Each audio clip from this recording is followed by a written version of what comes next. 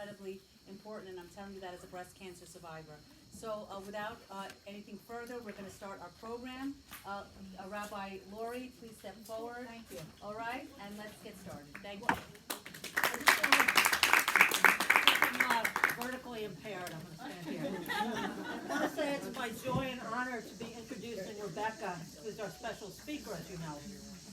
She's an extremely bright woman. She's also delightful. More importantly, Rebecca is very kind and compassionate, someone who is making the world a better place than it was before she was born. Although we're both longtime members of Yashar, I didn't really know Rebecca until a couple of months ago when we bumped into each other in Great Neck, and she came up to me and excitedly told me that she had just been ordained as a rabbi. And she knew that I would especially appreciate it because I'm also a lawyer who became a rabbi as a second career. So I appreciate what it's like to go from being secure in your job and confident and knowing what you're doing to something where you're new at it. But as one of my good friends said, it's really good to start in a new career or a new job because you have an excuse for not knowing what you're doing. But I know you're not going to be that person because I know that you dot your I's and cross your T's, and you're going to be very, very well prepared. So I said, when Rebecca asked if I would introduce her tonight, I said, sure, I'll introduce you, but I don't really know you. So let's go out to eat. So we went to Chattanooga in Great Neck, a wonderful Persian restaurant where Rebecca knew every single person in there and very kindly introduced me, and it was nice to see her big circle of friends. And what I found most was that you're a really deep thinker. And not in a I'm the smartest person in the room kind of way, but you just naturally think deeply, and I really appreciate it. And you're also an extremely good listener because you would ask me questions and you listened very carefully to what I was saying. I learned a lot about Rebecca. I'm sure I'm going to learn more tonight. And I'll tell you a little bit about her. She's very modest, so she might not say this stuff herself, but she attended Barnard College and was on law review at Hofstra. And she worked for a very large corporate firm, and then she stayed home to raise her 4 children who are now adults. I don't know how you did that, but God bless her. And then she returned to work outside the home as a family law attorney. Not only does Rebecca share her time with her family and her friends and Yashar, but she shares it with her many communities. She shares her talent, for example, with Temple Israel, where she was a trustee, and she was president of the Great Neck Board of Ed. She's past president and current officer of the Sephardic Heritage Alliance. Rebecca was granted smicha. She was ordained from the Jewish Spiritual Leaders Institute. She's the first member of her family to become a rabbi. I have to say, I spent some time talking to your parents, and I see where you get your charm from and your intelligence. It was really nice meeting both your parents. I'm sure they're excelling from you. Rebecca is looking forward to sharing her light on the Jewish community, and I know that they will benefit greatly from her unique experience, talents, personality, and dedication, or I should say, we will benefit. I will be benefiting from Rebecca's very wonderful personality and skill set and intelligence and wisdom in a couple of months, because I've been working with a man who decided to become Jewish. He's converting to Judaism, and Rebecca has kindly agreed to be on the Beit Din, the rabbinical court, and we're gonna meet with Kevin, as I said, in a couple of months in the mikvah, and you're gonna be a witness and sign the paperwork, and I'm very excited, and he's excited to be meeting you too. Yeah. I just want to say from the bottom of my heart that I find it extremely rewarding and so satisfying to be a rabbi. I never minded being a lawyer. I found it satisfying, but this is much more satisfying spiritually, emotionally, even mentally. And just as you've been an asset to the community of lawyers, you're going to be a real asset to the community of rabbis and to the Jewish people. And I know everybody joins me in wishing you all the best. And I look forward to hearing you.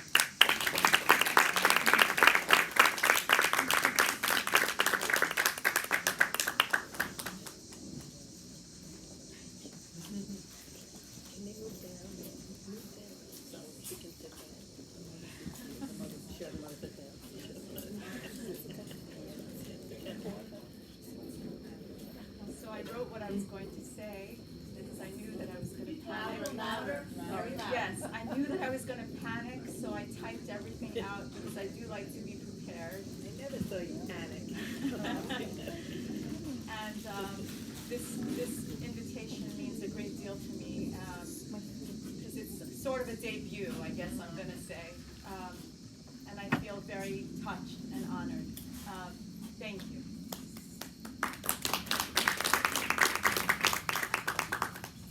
I really want to thank Rabbi Lori Gold for that incredibly generous introduction.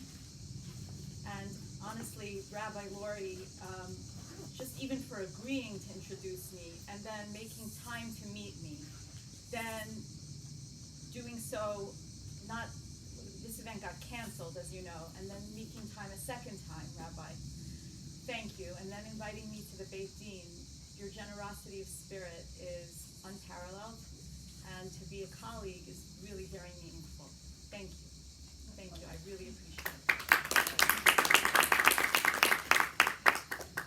I really want to thank Yashar, Gail, and Renee for the invitation and for the flowers, and Jackie, and for all of the details for tonight, and to Nancy. You're an exceptional hostess, and that's why we're all here together.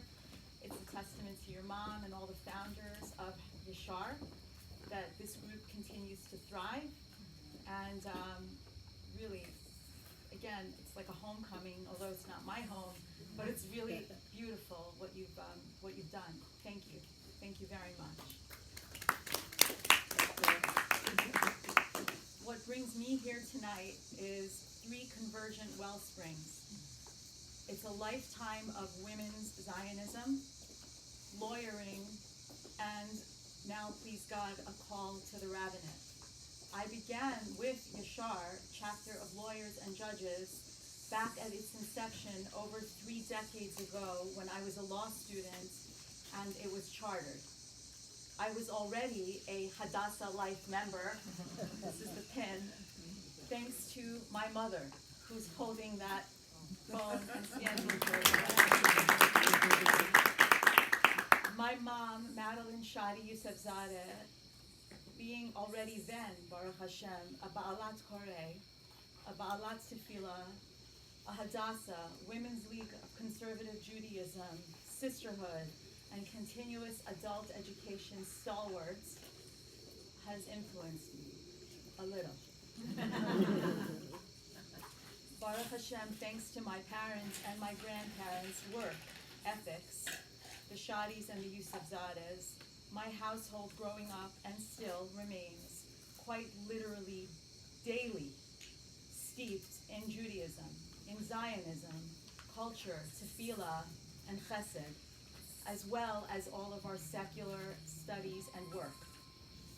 Consequently, my mother served as president of the Esther chapter of Hadassah, which had been founded in the early 1980s by Persian Jewish women, Zionists, including Esther Mora, Zichrona Lavracha, and Mora Penina Parvanasara, who some of you may know as an administrator of the North Shore Hebrew Academy. An incredible lineup of women who established a Hadassah chapter immediately following the 1979 Iranian Revolution. Mora Penina later founded IMA, which is an acronym for Iranian Mothers Association, which board my mom and I served on together, a privilege that I am still thrilled by because I'm old and she's young, together for several years.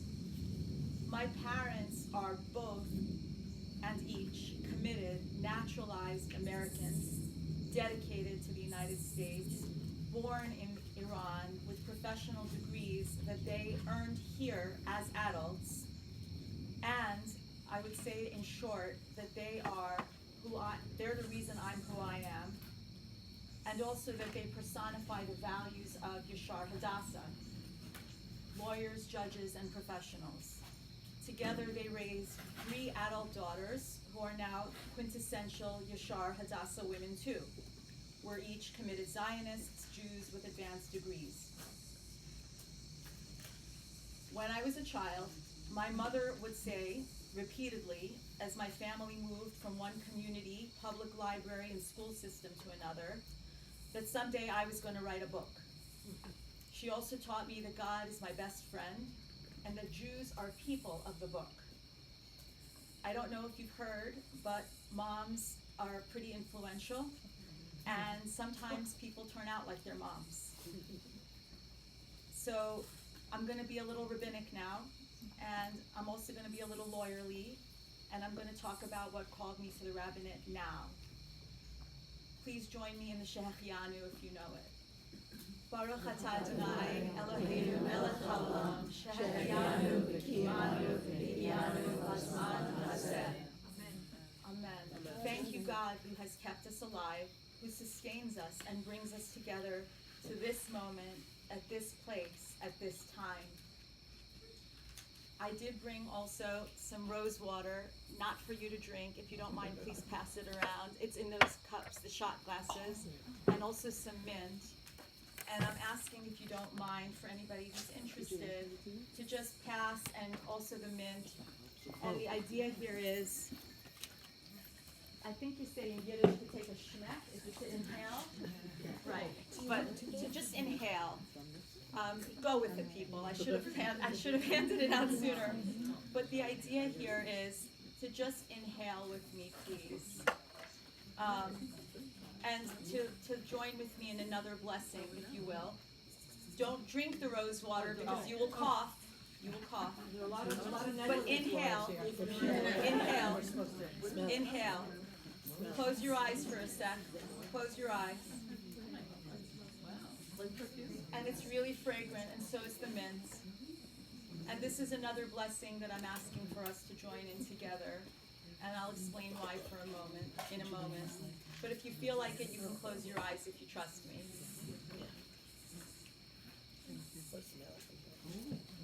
I need to have a sprig. Do you mind if I do?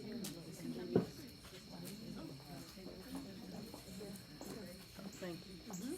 So this blessing is Baruch atah Adonai Eloheinu melech haolam borei minei samim. And it's for fragrance, but also just for the opportunity to breathe, for inhaling and for exhaling, which many of us just take for granted, and breathing deeply. I find life stressful sometimes. I don't know about you. Thank you so much. I know another rabbi, I'm going off my script, but another rabbi who, when he first joined the Great Neck community, and a lot of Persians went to a life cycle event. I'm not going to say what kind because it was sad. He thought he was supposed to drink this. No. He had a bad experience. I told you that. So that's why I warned you, don't drink it.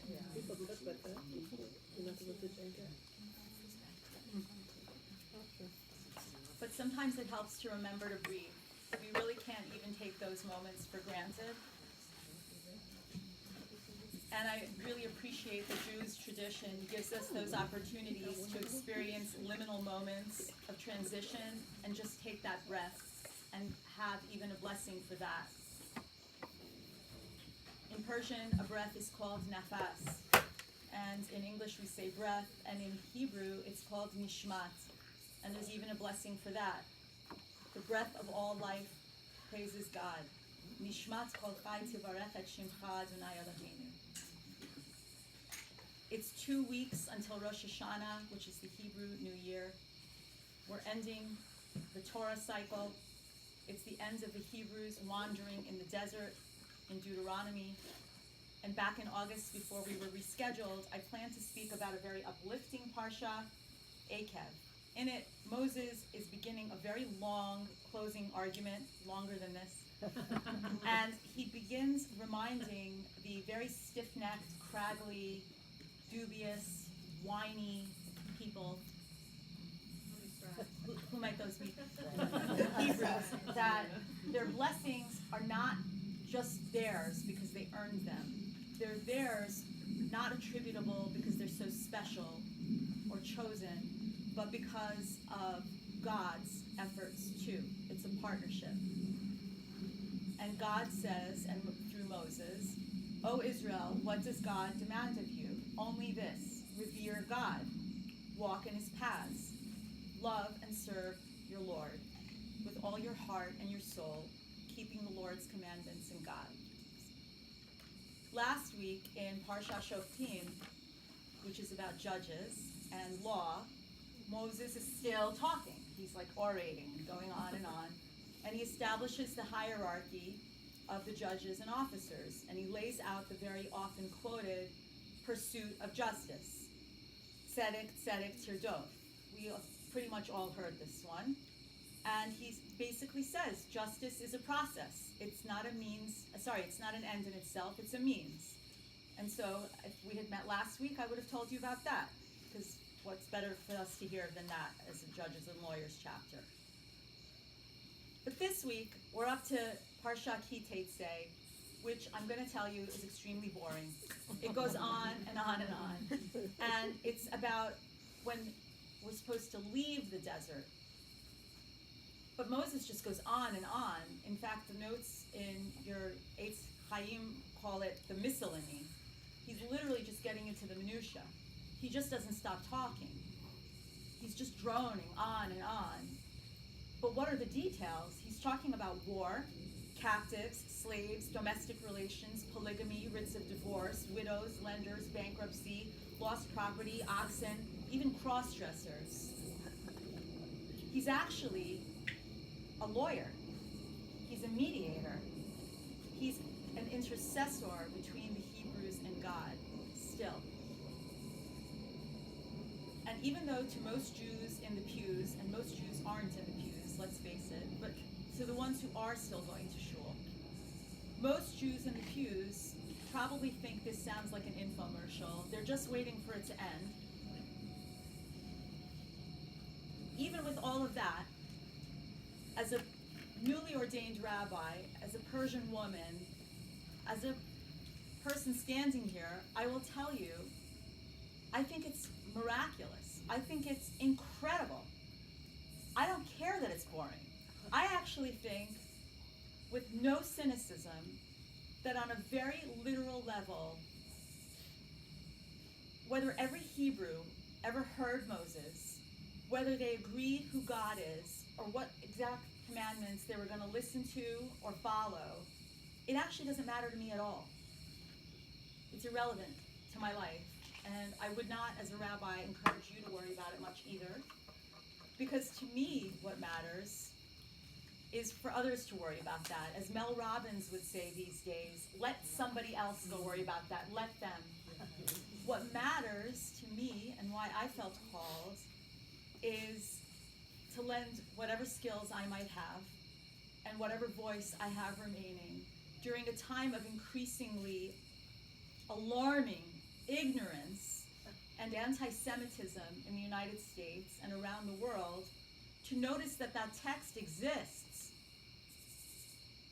I felt called to become a rabbi during a period of rising disenfranchisement of women, because there's just no way to deny that that's a legitimate text, that it goes back with provenance for thousands of years. It's handwritten, it's ancient, and it's ours, period. Like, you cannot deny the Torah. It's been proven, it's been found. Nobody put it down. Nobody has ever said it's not the Torah. It's indigenous, to use the common parlance. It's ours. Boo-yah. It's ours. And I just find that so incredibly compelling. And, people get so lost in the details these days of, well, I don't know who God is, or I don't think there's a God, or, which commandments should I follow? Well, again, those are important questions, but let's not lose the forest for the trees, or the trees for the forest. The Torah is the Torah is the Torah. The Jews are the Jews are the Jews, and it's an important thing to just keep that straight. So at the very least, in my opinion, Moses and God in the desert are addressing something that we might say nowadays is a bumper sticker. Not everybody who is wandering is lost. So for me, when I decided to go back to studying primary sources and to study and engage with texts, it was really on some level very selfish. I wanted to feed my own soul. I wanted to go back to texts and to nourish parts of myself during a period of, I'm going to say, confusion and nihilism in this country and anti-law, and I'm not going to go there.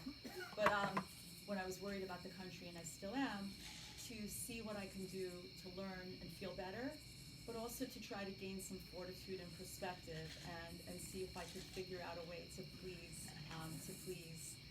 come out of it feeling positive. And when I did, I found that the Jews will survive. And the way I did that is by studying with other Jews from around the country and in Canada, and engaging with text, and thinking about life cycle officiants, and thinking about pastoring, and thinking about being creative with other rabbis. So for the last 2 years, I've been studying with men and women from other states and Canada, and really just arguing politely about what's the best way forward. And it's been incredibly liberating and challenging and fortifying. Because nobody really has a prescription or a clear answer, but even in the debate, as I think we know, as many of us are lawyers, there's hope. So the other piece I just want to address is, what makes it different for me, I guess, than for some others, is that I am Persian. And that turned out to be really positive in my class, because I was the first Persian person that any of my classmates had ever met. And my family is like very Persian, which is to say, I was raised very, very traditionally, and with a lot of culture, language, and these turned out to be very positive. So in my research for my class, in my papers for my class, in what I would bring to the discussion in my class, it was new and different for my classmates and made for better dialogue, and also helped to fortify me in the sense that it helped ready me for being able to hold myself out as someone who's ready to be different, because I tend to be different. So that was a healthy and a good thing. And the truth is, bluntly, that even if I weren't different in that setting, women are a minority anyway as rabbis anyhow. So just statistically, rabbis are predominantly male. And I don't really feel troubled by that. I just accept that Judaism is patriarchal. And my view on that is, that's the way it is. And our nation is rather patriarchal. And the world seems to be. And rather than try to bang one's head against the wall about that, I call myself a matriarchist. And what I mean by that is, read the traditions and raise up the voices of women, because we're there. We're in the Torah. We're in the prophets. We're in the Gemara. We're there. And if we're there, and we are, it's because the men who wrote that stuff included us. And then they proceeded to exclude us. But we're there. So, women matter. We always have. We've always had voices, agency, prophecy, and we still do. We've just been minoritized, to use another new word that I like. So, helps that I already work as a lawyer.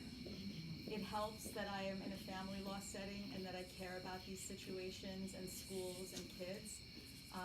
And I feel that this ordination is an outgrowth of that, and being part of, people's life cycle decisions seems like a natural fit. And I would like to be able to be helpful in that regard. But at the end of the day, it's still a patriarchal religion and it's a patriarchal world, and we don't have popes in Judaism, unlike some of our other friends. So it's not like I'm expecting all of a sudden for the whole religion to change and everyone to say, well, now you're Orthodox. And the truth is, I don't need to be. It's okay.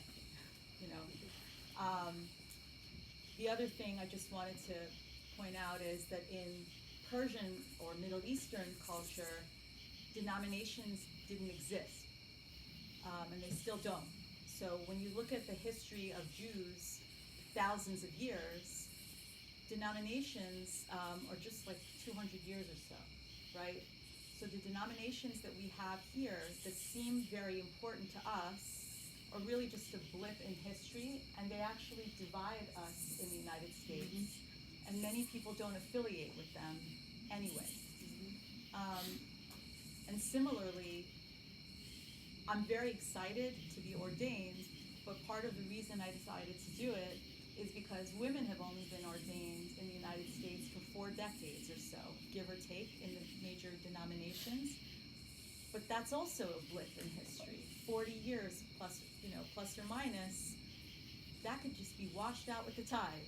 So I said to myself, now or never, because a lot could change. So those are my reasons, and we'll see where it goes. I'm very excited about the Beit Din and to help as many families and situations I can, but there's no promises in this life, is what we've learned. And Jews are in diaspora, and we're an itinerant people.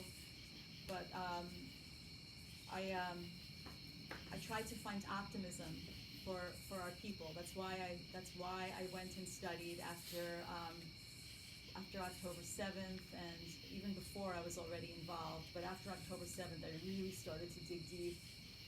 And after going to Israel, then I really dug even deeper, and coming back, and just to return to my script, I just want to say a couple of other things.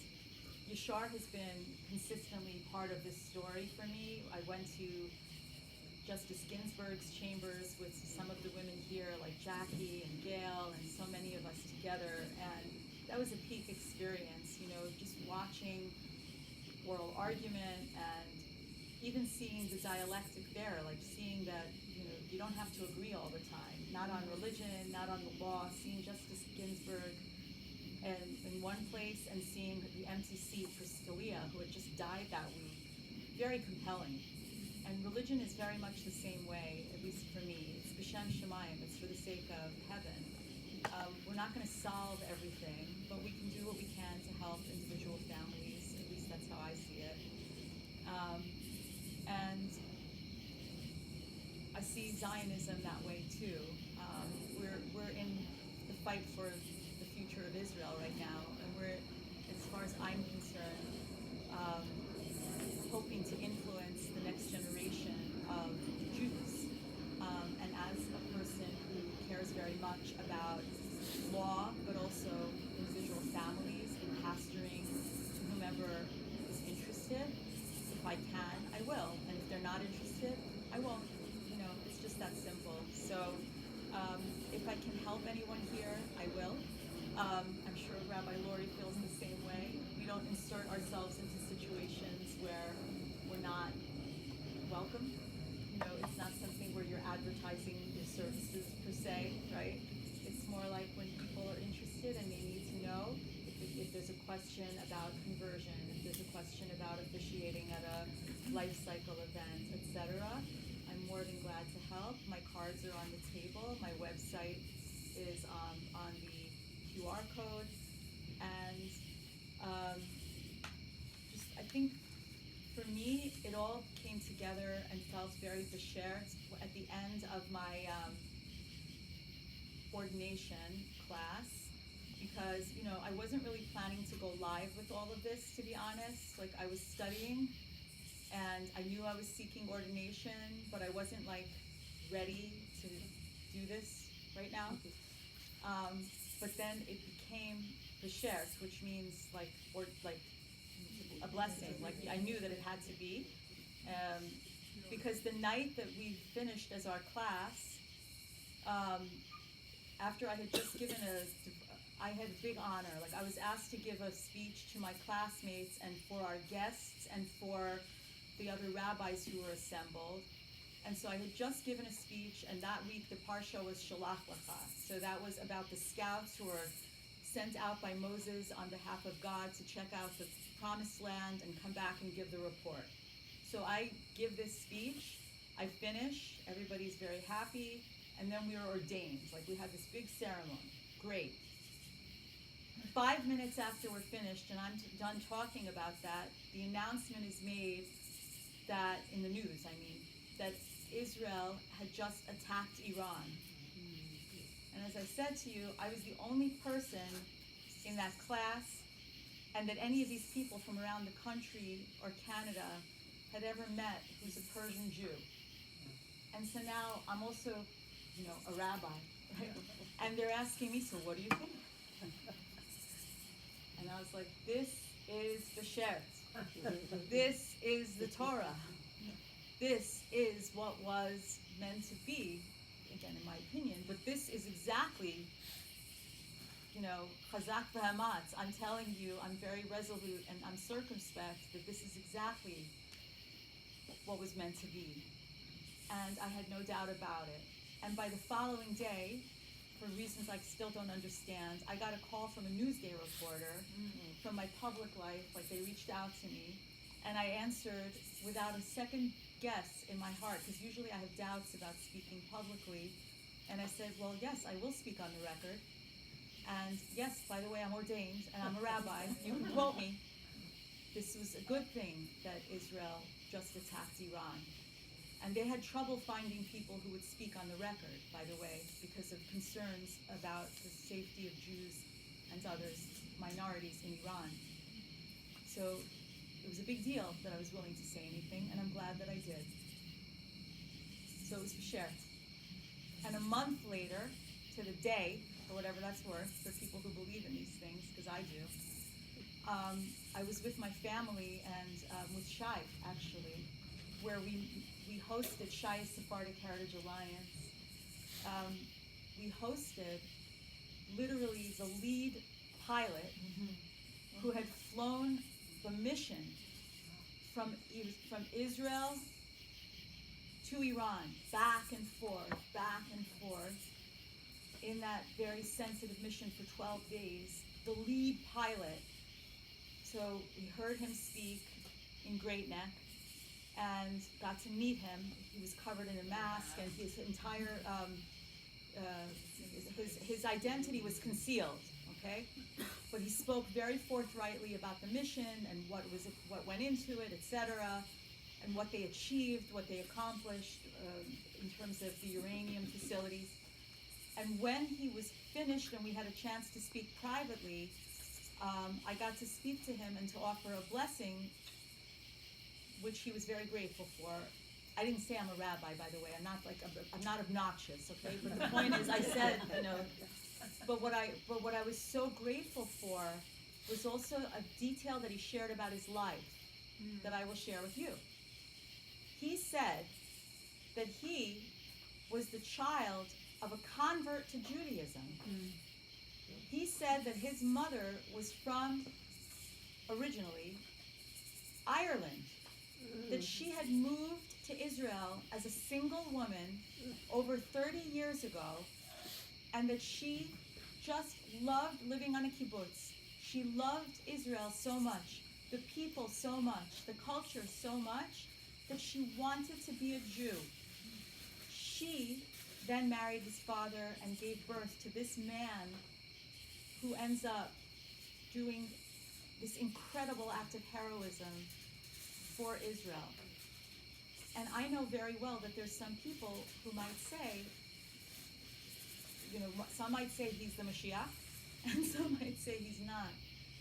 And I personally, I go back to what I said about Torah, and I'm going to conclude. I don't care about that. I care, he's the best Jew I ever met. And that's part of my blessing to him. So,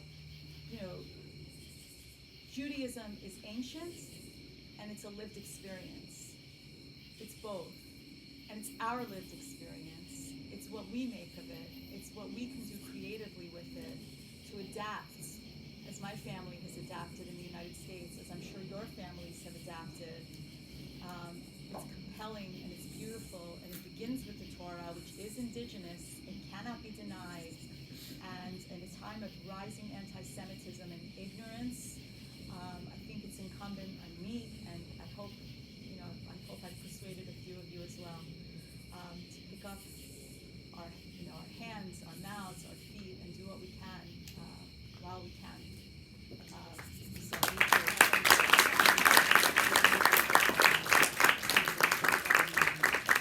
you all. We're about to now call up Rebecca. That was incredible, and I want to thank Rebecca for her leadership, for her vision, for her courage. Imagine what it means to be a rabbi in today's society. And we have women here that are Reform, Conservative, Orthodox. There are women here that are not Jewish. We all know what it means, and Rebecca, we applaud you for your courage and everything you've done, and thank you for speaking tonight.